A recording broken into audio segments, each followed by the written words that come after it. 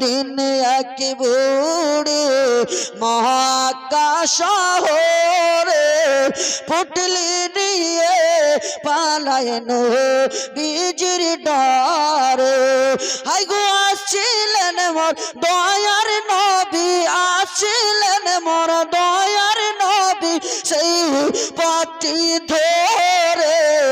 একদিন এক বুড়ি মক্কা শহরে পুটলি নিয়ে পালায় নবীজির ডরে।